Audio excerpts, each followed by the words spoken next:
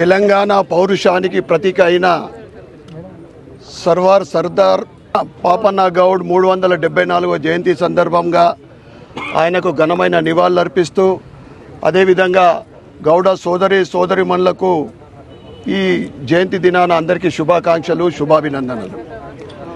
ఆనాడు బహుజనులకు జరుగుతున్న అన్యాయాన్ని ఆ రోజు పెత్తందారులకు, మొఘలులకు గెరిల్లా యుద్ధ తరాల్లో ఎదుర్కొని కొడితే గోల్కొండ కోటనే కొట్టాలని ఆయన గోల్కొండ కోటను జయించిన మహావీరుడు, ఆ బహుజన నాయకుడు.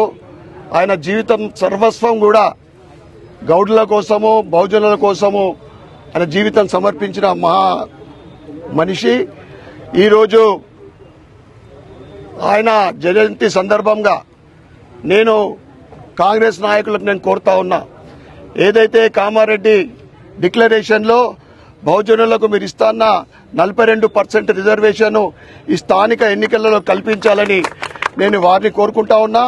అదేవిధంగా యువకులు సర్దార్ పాపన్న గౌడ్ వారిని ఆదర్శంగా తీసుకొని వారి జీవితంలో ముందుకు సాగాలని, మన సమాజం కోసం అన్నిటికీ సర్వం త్యాగం చేయడానికి సిద్ధంగా ఉండాలని తెలియజేస్తూ మరొకసారి ఆయన జయంతి సందర్భంగా ప్రతి గౌడ సోదరులందరికీ కూడా శుభాకాంక్షలు, శుభాభినందనలు.